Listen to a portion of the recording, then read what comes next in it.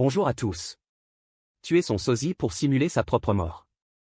Explication dans cette vidéo. La peur au ventre. Le pied au plancher. Il roule. Entre Munich et Ingolstadt, en Allemagne, pas de limitation de vitesse sur l'autoroute. Sur le tableau de bord, le compteur s'affole. Les kilomètres et les minutes défilent. Arriveront-ils jamais? Main crispée sur le volant, le père tâche de rester concentré, une douloureuse angoisse dans le regard. À sa droite, la mère compose une nouvelle fois le numéro de Chérie, leur fille. Alors? Grince le père. Répondeur, se décompose la mère, la gorge nouée.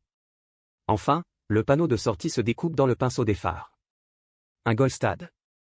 D'un geste sec, le conducteur prend la bretelle. Banlieue sordide. Réverbère. Nuit noire.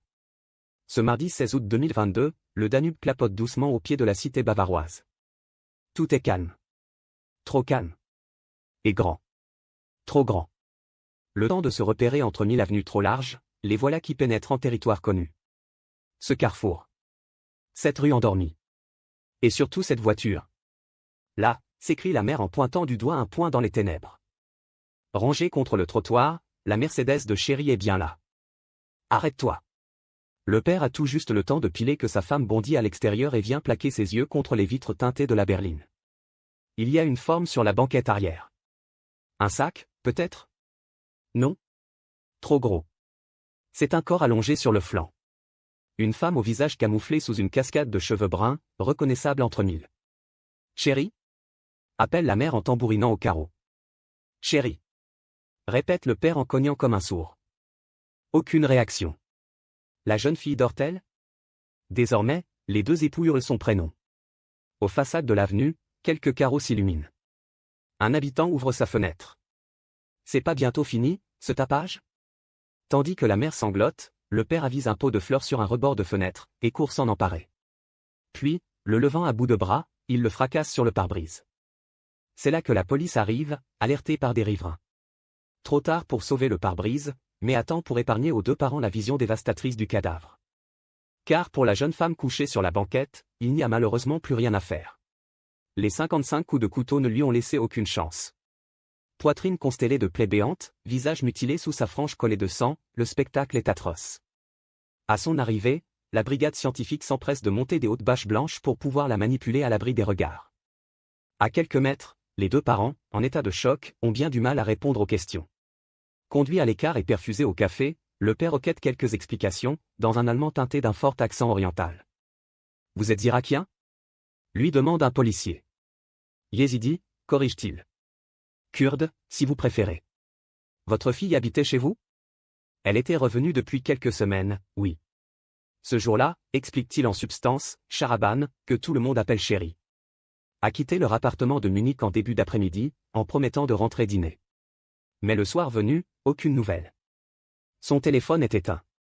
Une situation rarissime pour cette tiktokeuse et instagrammeuse compulsive, influenceuse beauté très suivie. Que venait-elle faire à Ingolstadt? Le père hésite. Elle? Je crois qu'elle devait retrouver son mari. Il habite juste à côté d'ici. Est-ce l'ombre d'un soupçon qui plane dans sa voix? Ou pire, une sorte de culpabilité honteuse? Chérie, poursuit-il, souhaitait divorcer et se libérer de cet homme trop vieux, épousé sous le carcan des traditions. Cet après-midi-là, elle venait régler quelques derniers détails.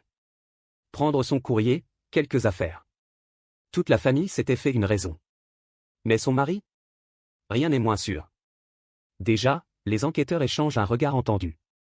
Une belle jeune femme est prise de liberté, un vieux mari jaloux. Le scénario du féminicide semble évident. Mais en matière criminelle comme dans tant d'autres, il faut se méfier des apparences. On vérifie bien sur l'emploi du temps du mari, l'homme n'a pas quitté son salon de coiffure de la journée. Des dizaines de clients peuvent attester sa présence. Un alibi en béton. Et puis c'est bientôt un autre détail qui vient rebattre toutes les cartes. L'autopsie révèle la présence d'un tatouage sur la peau bronzée de la jeune morte. Un tatouage?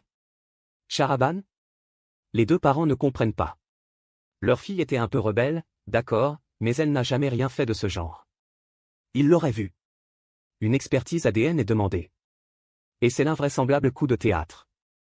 Malgré leur flagrante ressemblance, cette fille n'est pas Chérie. Mais alors qui? Une autre disparition inquiétante fait bientôt émerger un nom. Et surtout un pseudonyme. Khadija 2299, une jeune blogueuse beauté d'origine algérienne, n'a plus donné signe de vie sur les réseaux depuis la veille. Impensable pour cet autre accro d'Instagram, qui se met en scène et poste ses selfies 24 heures sur 24. Ses proches l'imaginaient envolée pour Dubaï, en compagnie d'influenceuses au lissage impeccable. Il n'en est rien. C'est elle, la morte de la banquette. Dès lors, un scénario hallucinant se dessine. La ressemblance extrême entre les deux jeunes femmes, presque des sosies, ne peut être fortuite. Si Chérie avait voulu faire croire à sa propre mort, aurait-elle choisi un autre double? Et si c'était elle la tueuse?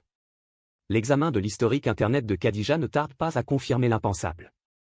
Il y a quelques semaines, la blogueuse algérienne a été contactée par une rappeuse à succès nommée Lune, pour une collaboration sur un clip. Au programme, prise de vue glamour, paillettes, champagne. Mais en recevant l'offre, Khadija est prise d'un doute. Le plan semble trop beau pour être vrai. Suspicieuse, elle contacte Lune par un autre biais. La rappeuse tombe des nues. Son compte a été piraté, la proposition ne vient pas d'elle. Croyant à un mauvais canular, Khadija passe à autre chose. Mais quelques jours plus tard, elle ne se méfie pas d'une autre proposition, plus modeste, pour un shooting photo dans un salon de coiffure. Rendez-vous est pris. Un rendez-vous avec la mort.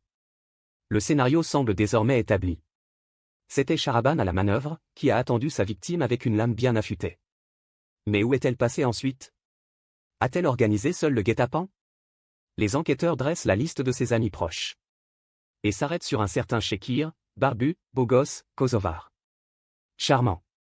Vous le connaissez? Demande-t-il au père. C'est juste un copain de notre fille, répond ce dernier, qui ne l'a jamais apprécié. Une amie de Chérie est moins catégorique. D'après ce qu'elle sait, il serait un peu plus que ça. C'est finalement en traçant le téléphone de Shekir que les policiers vont retrouver le couple diabolique, attablé en terrasse d'une pizzeria. Sharaban est belle et bien vivante. La manœuvre a échoué. Les deux amants criminels ont depuis été mis en examen pour assassinat. Longuement interrogés, ils se renvoient la balle et s'accusent l'un l'autre d'avoir porté les coups mortels. L'instruction devra déterminer qui des deux est le plus menteur. Et qui des deux a eu cette brillante idée de faire passer un corps pour un autre en commettant une grave erreur. Au jeu des 7 différences, il y avait un tatouage. Un tatouage de trop. Pour les parents de Chérie, l'ascenseur émotionnel continue. Après avoir cru leur fille morte, puis ressuscitée, ils savent désormais que, selon toute vraisemblance, elle va passer le reste de sa vie en prison. Le deuil, au fond, est le même. Trait pour trait. Merci d'avoir regardé, n'hésitez pas à partager la vidéo avec vos amis et à vous abonner à notre chaîne pour ne manquer aucune de nos futures vidéos.